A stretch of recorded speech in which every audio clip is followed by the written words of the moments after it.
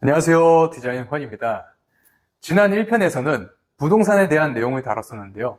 이 내용이 너무 짧아 아쉬워하시는 분들이 많으시더라고요. 그래서 오늘은 그 부분을 보충해드리고자 합니다. 제가 부동산 전문가는 아니지만 요즘 추세를 보면 신축 상가보다 주택개조 상가가 더 늘어나고 있는 추세입니다. 많은 곳을 공사하면서 상가주택 같은 경우 좋은 건물주를 만났을 때는 신축하고 비슷하게 화장실 공사까지 마무리가 되어 있는 경우가 있었고, 그렇지 못한 경우는 지난번에도 말씀드렸다시피 철거부터 시작해서 창문, 도어, H빔 보강 등을 세입자가 해야 하는 경우도 있었습니다. 그렇기에 상가주택은 현장마다 하늘과 땅 차이라고 보시면 됩니다.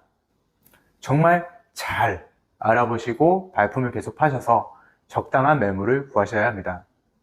한 예로 전에 진행했던 현장 같은 경우는 저희 클라이언트께서 주택개조 현장을 계약하셨는데 이 현장이 1년에 걸쳐서 공사를 하고 건물 준공이 떨어졌어요. 이분은 처음 3개월 정도 뒤에 현장이 준공된다고 해서 부동산만 믿고 계약을 하셨는데 그 현장이 단순 용도 변경이 아닌 대수선으로 들어가게 되면서 1년 정도의 시간을 버리게 되셨습니다. 물론 제대로 된 건설업체가 공사를 하면 절대 1년까지 시간이 안 걸립니다. 그리고 처음 부동산 계약을 하셨을 때 건물주와 부동산이 계약서의 특약으로 건물에 대한 철거 비용을 요구했었다고 합니다.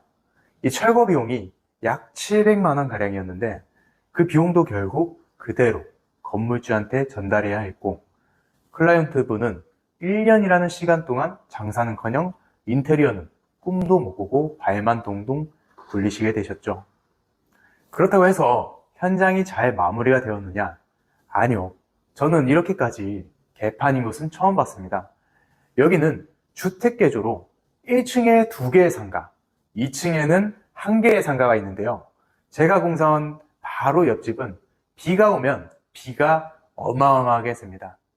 그나마 다행인 건 제가 맡은 현장은 비가 안 새더라고요.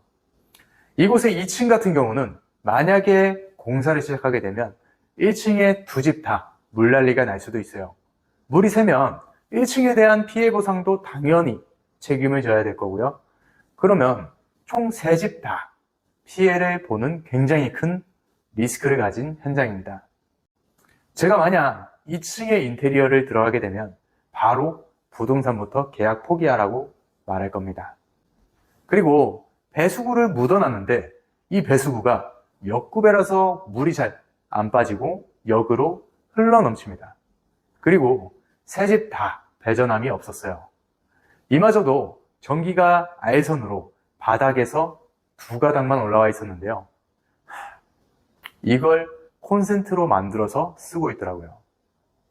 저는 지금까지 인테리어를 하면서 힘든 현장을 다 겪어봤다고 자부했는데 이런 현장은 또 처음 봤습니다.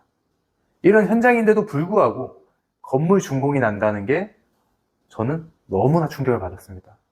그리고 이뿐만이 아닌 이 현장에 들어간 창문과 도어들도 건물 준공을 받아야 되기 때문에 단열바에 단열 유리를 넣어야 했습니다.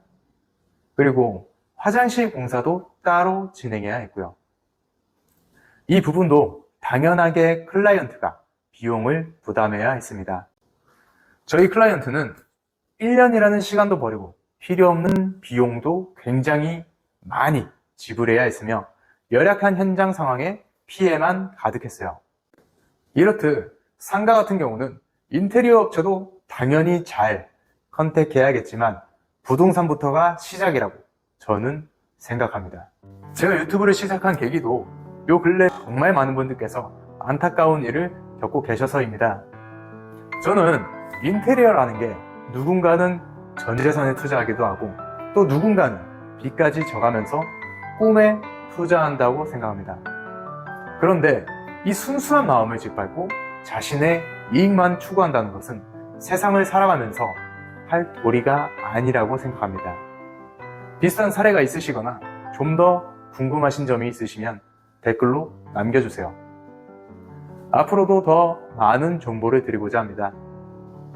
좋은 정보가 되었다면 구독과 좋아요 부탁드리겠습니다. 디자인 환이었습니다.